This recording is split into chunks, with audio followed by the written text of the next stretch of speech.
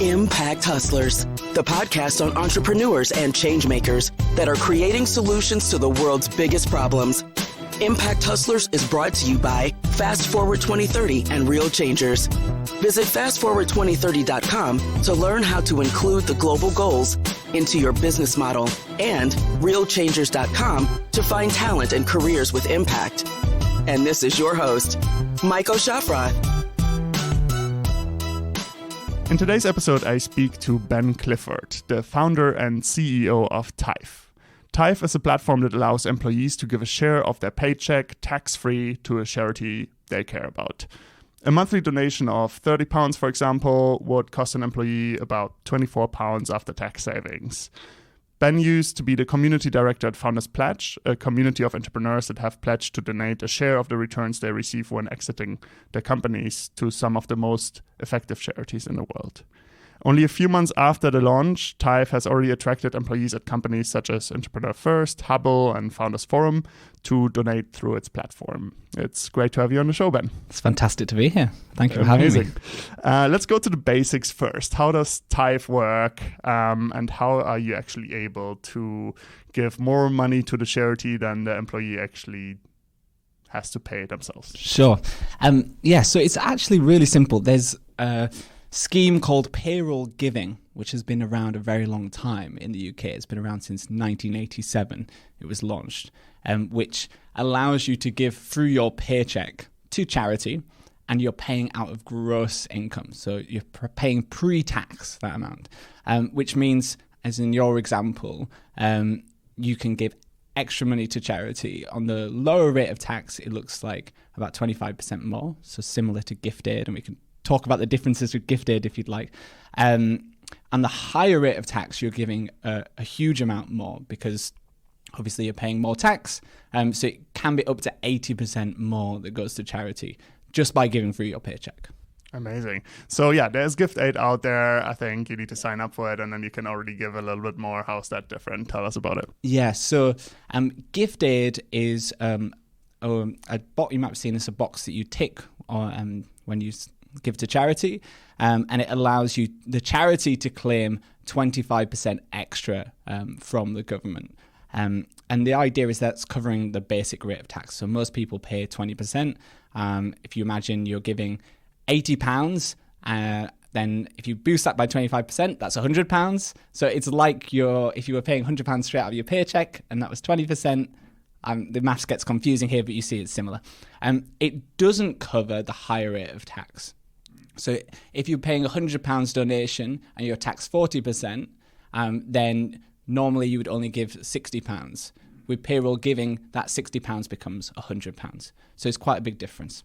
The other challenge here, so this first challenge is about higher rate of tax. The second challenge is that not all gift aid gets correctly claimed. So for a variety of reasons, people filling out their address wrong, people failing to tick it, charities failing to claim it, which means that it's estimated about £500 million each year does not get claimed, which could do as a result of tax.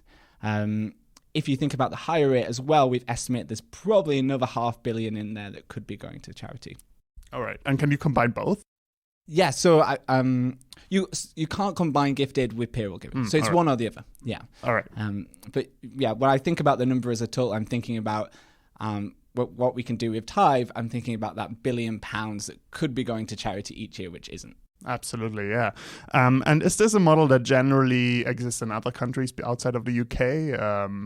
Exactly, yeah, it is. So it's a very big thing in the US. And that was one of my motivations when I started Tyve, was comparing the US to the UK here. So in the US, 30% of givers use payroll giving to make their donations. In the UK, it's only 2%. Oh, wow. And what would they use? Would they use a company like Tyve to do that in the US, or how does it work usually? Yeah, so there's a number of companies in the US. The US market's much more established when it comes to payroll giving and giving in general. In the UK, there's been a number of payroll giving organisations that have existed for a long time. So the three main players are CAF, which you may have heard of, the most famous, Charities Trust, and Charitable Giving. And they're fantastic. What they do is they're registered with HMRC and they can move that money to charity. What we've done with Tyve is to partner with one of those payroll giving organizations currently, could be more in the future, but with Charities Trust to enable you to use them to give your donations, but provide a front-end experience which makes it really, really simple for the employee to sign up, and simple for the employer to administrate as well. Amazing. Let's go back to day one. Do you remember the moment you came up with this idea? And probably it was a slightly different idea than now, maybe. Tell us a bit about the origins of Tyve. Yeah, it's quite difficult to remember the day one, but I can give you a day minus 1,000 or something like that. So the story, I guess, starts when I was at university, so about 8 years ago.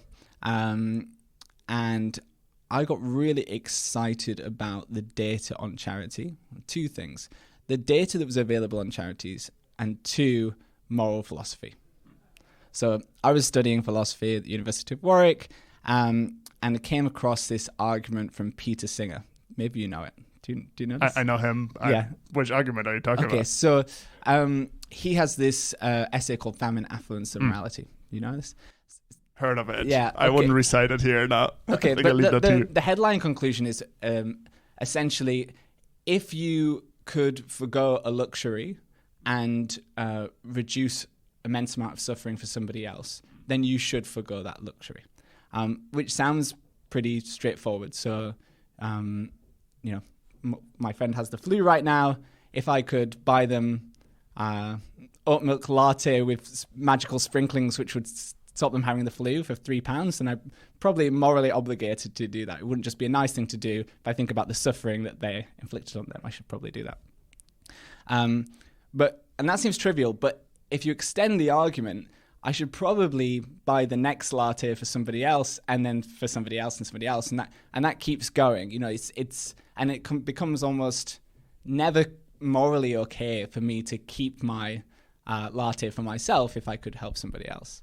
So it's a very simple but very powerful argument, which really caused me to reflect on my giving and what was the right amount for me to keep, rather than just what's the right amount for me to give. And you can, as imagine, as a student, you get very intense in these and have intense arguments.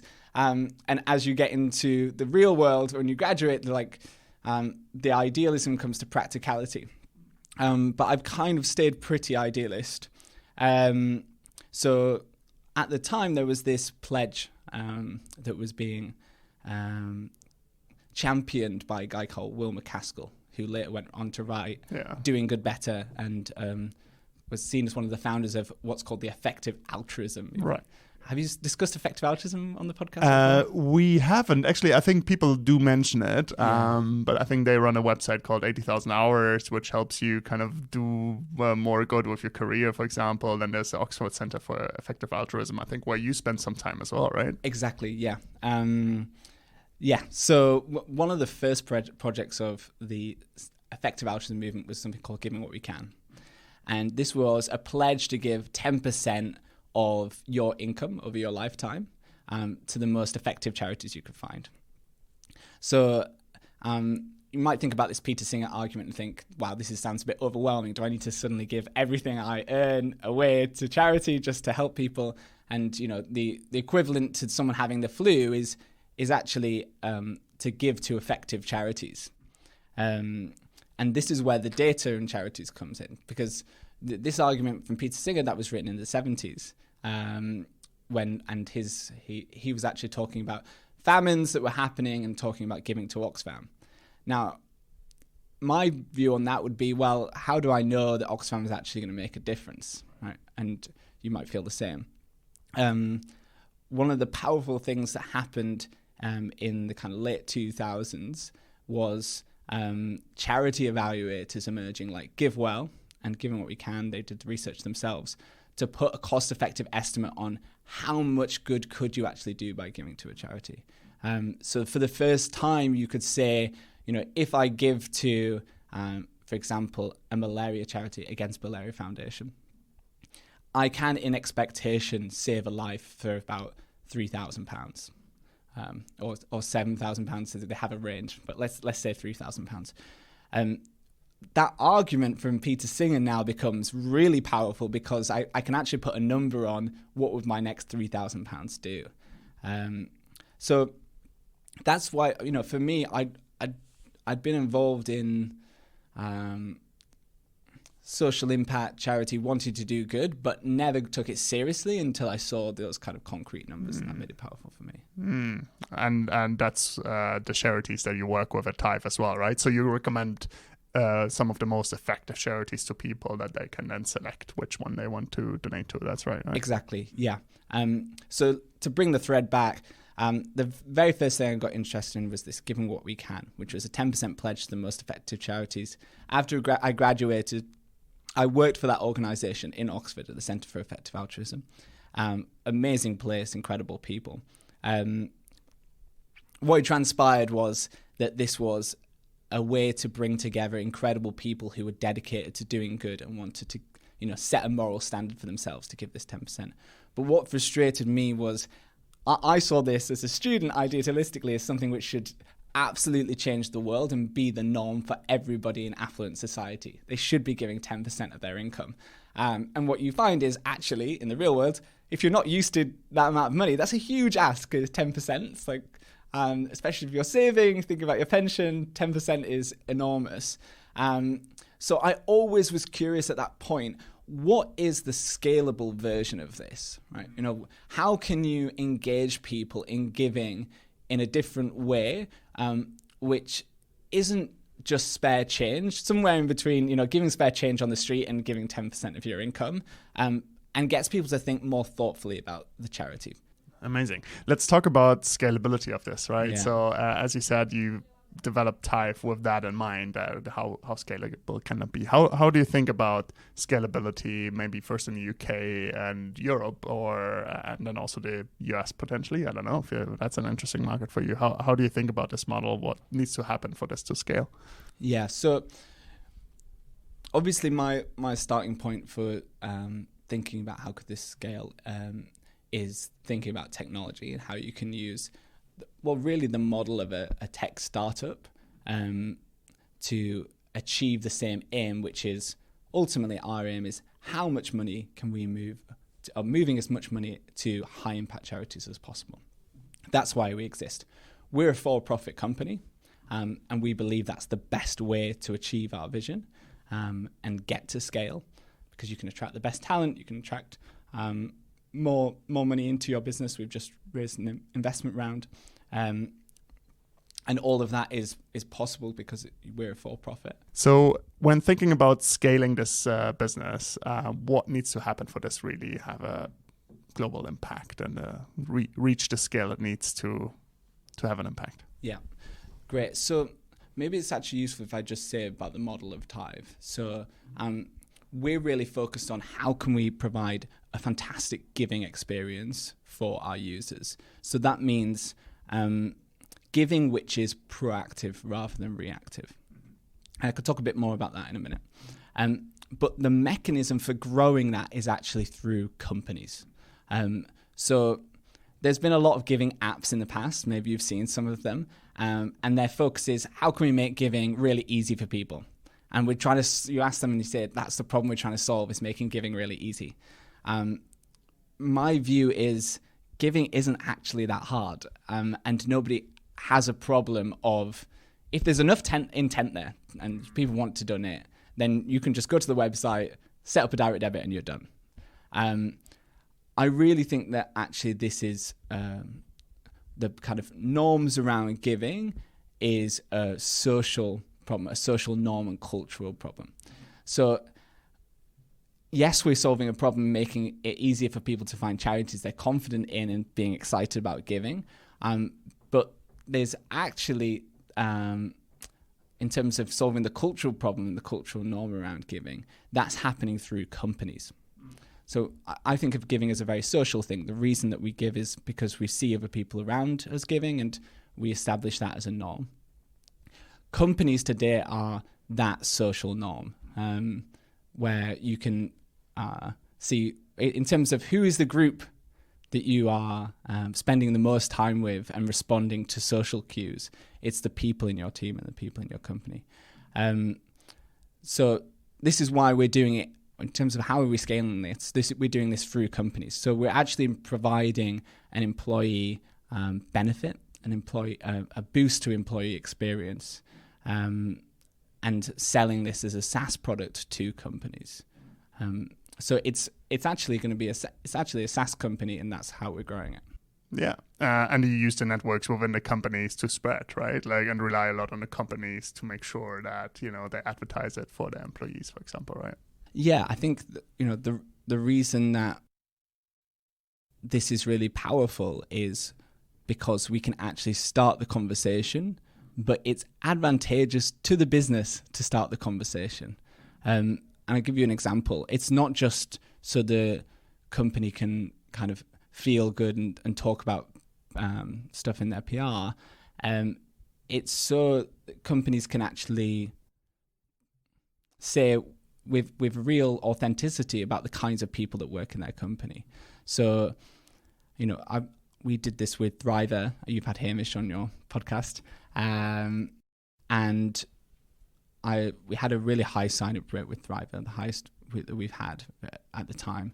And the employees were really, really excited about it. But the thing they were really excited about was when I shared a stat with them about how many people had signed up and the average giving rate in their company, which was 3 times the national average. National average is something like £45 a month. And they were 100, whatever the maths is on that, £135 a month. And they came back to me and said, that stat that you shared is the kind of thing which makes me really proud of this company and our culture.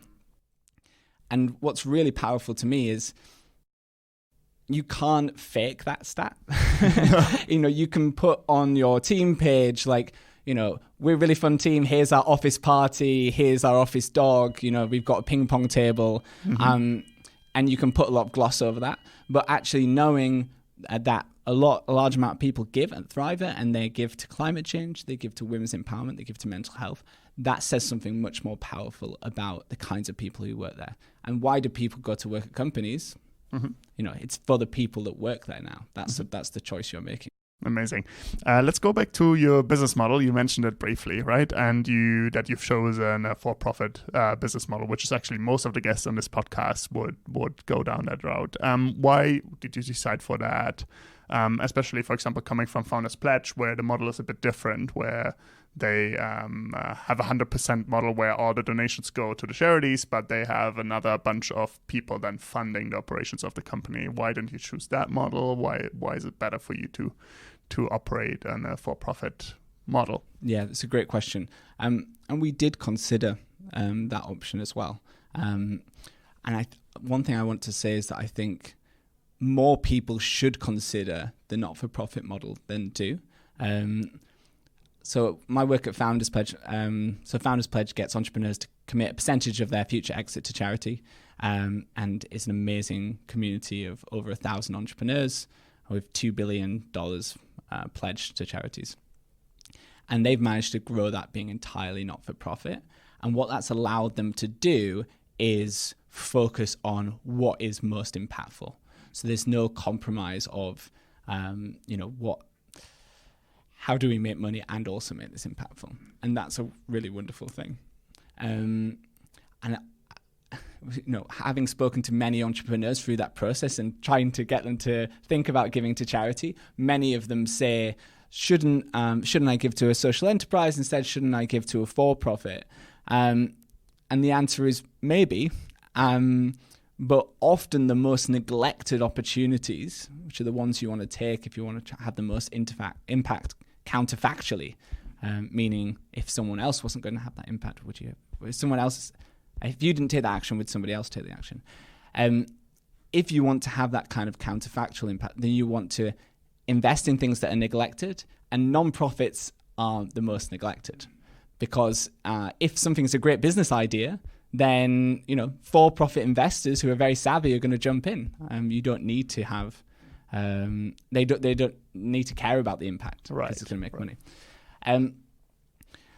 That said, the reason that we decided to go for profit is what we want to do is reach millions of consumers, millions of users and donors who are going to be giving. And this isn't, where I would like to give and where I think is most high impact isn't something that we will be dictating to everyone on the platform. This is a platform for everybody to give as impactfully as possible through their lens of what's important to them. It will be a compromise of how do we reach as many people as possible. So from my view, my goal is, and North Star, as it were, is to maximize the amount of money that goes to high impact charities. Mm-hmm. That's, in essence, a simple equation of number of users times by giving amount times by percentage to high impact charities. Mm-hmm. And the way that we think you can have the most impact there, what's the variable that you really need to increase is number of users, because that's the thing which you can get orders of magnitude higher by scaling and building a tech platform. There's some users who can get orders of magnitude higher in their giving, but then there's very little you can do about getting orders of magnitude higher on percentages. So that's why we focus on users, number of users, and that's why we focus on the for-profit model, because that's the easiest way to get to that scale. Amazing. And then you do charge a fee to the companies that use your platform, or how do you generate the revenue? So our model is to not charge anything to the charities and not to charge anything to the employee in any transaction fee. So something that we've learned from Founders Pledge is that a really important and powerful message is 100% of your donations go straight to charity. That's a message that's been championed by organizations like Charity Water and really successful. And the really nice thing here is that the company is getting a lot of commercial value out of this, right? So it's completely separate to the charity. The company, and it's not necessarily always the primary reason why companies do it. Companies often they're doing it because they think it's the right thing to do.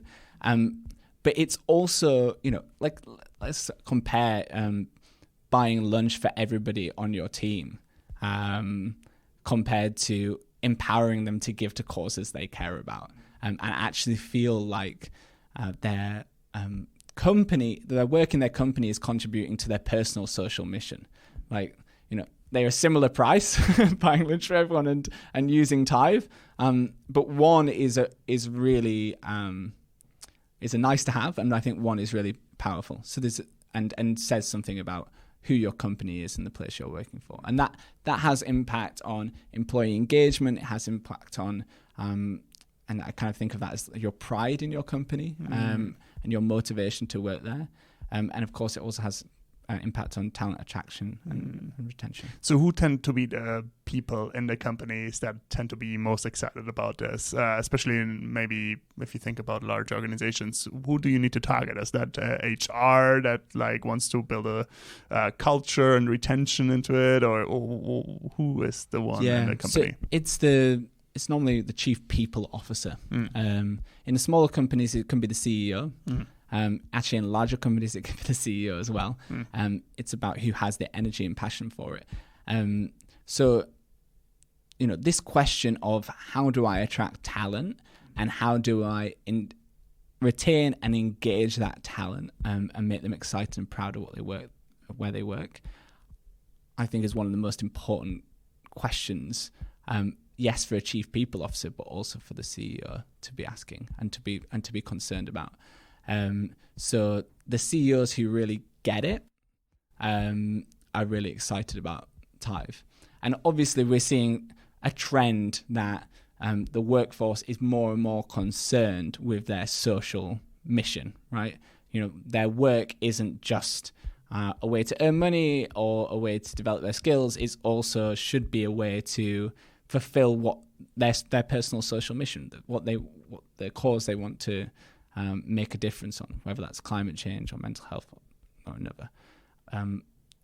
Not all companies have that embedded in their business model and what they do, but Tyve is a way to enable them their employees to do that. So there's an important reason why on the platform we don't have people signing up for fixed amounts. So you don't pay £10 a month or £20 a month. Instead, you give a percentage of what you earn. And part of that is about talking about the average percentage in the company and, having an equalizer on that. Part of it's about, as your salary increases, having your donation increase as well, thinking that's the right thing to do. But it's also the psychology of how it feels to be giving a percentage versus a fixed amount. And when you're giving a percentage, someone described it to me like this: they feel like when they get home on their commuter train, that no matter what's happened in that day, they can feel actually a percentage of what the effort I put in today has gone to something bigger that I care about. And that's really, really powerful. And that's when giving isn't just something nice to have that you've done on the side, but is actually more part of your identity.